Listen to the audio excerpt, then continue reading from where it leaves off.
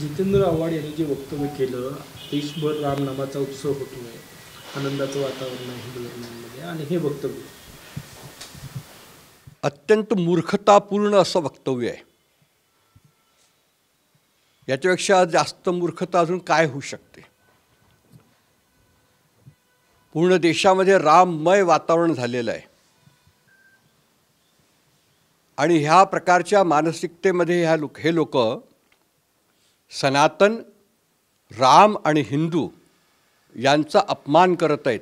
हा एक प्रकारचा अपमान आहे आणि याच्यामुळे हा समाज जो आहे यांना कधीही माफ करणार नाही.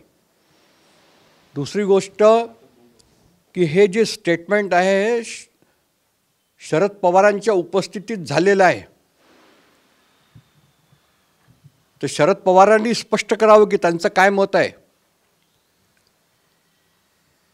राजकीय स्टेटमेंट तुम्ही करा, काही आम्हाला त्याचं म्हणणं नाही, पण तुम्ही जर श्रद्धेवरती आघात करण्याचा प्रयत्न कराल तर हा समाज तुम्हाला कधीही माफ करणार नाही आणि समाज तुमच्या विरुद्ध उठाव करेल. आम्ही आमच्या लीगल सेल्सची गोष्ट करत आहोत आणि आम्ही लवकरच आव्हाडांच्या विरुद्ध FIR जागोजागी करू, यांना सोडणार नाही. अशा पद्धतीने वक्तव्य करणे आणि ते अशा वेळेस करणे जाणीवपूर्वक करण्यात आलं असं वाटतं. मुद्दामून केलेलं वक्तव्य आहे. काही त्याचा तार नाही, तारम्य नाही, काही त्याचा संदर्भ नाही आणि असं म्हणून त्यांनी एक नवीन वादाला निर्माण करून या देशामध्ये एक प्रकारची तेढ, अव्यवस्था, अराजकता निर्माण करण्याचा प्रयत्न त्यांनी केलेला आहे.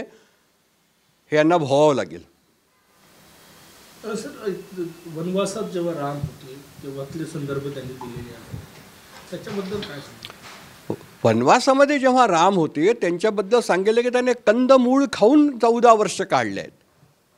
हा उल्लेख आहे, रामचरित्र मानसमध्ये उल्लेख आहे, रामायणामध्ये उल्लेख आहे, कथांमध्ये उल्लेख आहे, प्रत्येक ठिकाणी याचा उल्लेख आहे. त्याने कंदमूल खाऊन आपला जीवन निर्वहन तिथे केलेलं आहे. आणि जितके ऋषीमुनी जंगलामध्ये राहतात ते सगळे मांसाहारी होते का. जितके संन्यासी जंगलांमध्ये इतके वर्ष राहिले, इतके काळ त्यांनी तिथं काढले, तसं काय मांसाहारी होते का. हे कंदमूल खाऊन जगत होते. म्हणून हा जो स्टेटमेंट आहे त्यांचं, हा बिलकुल चिडवण्याचा स्टेटमेंट आहे. हे आम्ही लक्षात घेतलं पाहिजे. शरद पवारांच्या उपस्थितीत हे वक्तव्य होतं आणि शरद पवारांकडून कुठलीही प्रतिक्रिया दिली जात नाही, त्यावर तुम्ही कसं पाहता. शरद पवारने त्यांना लगेच रोकायला पाहिजे होतं आणि आत्तापर्यंत शरद पवारांचं ह्या विरुद्ध स्टेटमेंट यायला पाहिजे होतं की ह्या मूर्खतापूर्ण व्यवहार आहे, या प्रकारचं स्टेटमेंट आहे, याच्याशी आमचा काहीही संबंध नाही, असं स्टेटमेंट त्यांचं आत्तापर्यंत येऊन जायला पाहिजे होतं. ते आलं नाही, हे पण आश्चर्यजनक आहे. कुठेतरी शरद पवारांचं मूकपणे समर्थन आहे. मूक समर्थन असू शकतो मूक समर्थन. कारण की ज्या प्रकारचं राजकीय वातावरण चालू आहे त्या राजकीय वातावरणामध्ये राजकीय लाभ कसा घ्यावा हे पण त्यांच्या मनामध्ये असू शकतं, म्हणून त्यांनी केलं असेल असं स्टेटमेंट. हिंदू शिवाय जे लोक आहेत ज्यांना आपण धर्मनिरपेक्ष वगैरे म्हणतो त्यांना खुश करण्याचा प्रयत्न आहे का आम्हाला विरोध. विश्व हिंदू परिषदेने आणि राम जन्मभूमीच्या आंदोलनामध्ये आपण आधीपासून म्हटलं आहे की सबके राम सब में राम. अब सबके राम और सब में राम यदि है तो उसमें कोई धर्मनिरपेक्ष और धर्म आधारित और जो नहीं मानता वो, और हमने तो माना, हम तो ये कहते हैं कि भाई राम सर्वांच्या मनामध्ये आहे, सर्वांच्या हृदयामध्ये राम आहे. आणि मराठीमध्ये आपण म्हणूनच म्हणतो की जी वस्तू निर्जीव होऊन जात असते आपण म्हणतो की त्यात काही राम नाही. म्हणून राम तर सर्वांमध्ये आहे.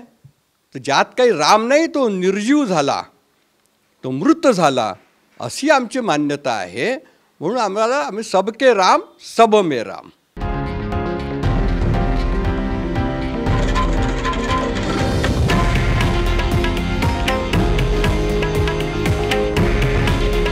हे आहे देशातील नंबर 1 न्यूज नेटवर्क आणि आपण पाहत आहात TV9 मराठी. काळजी तुमची, हित महाराष्ट्राचं.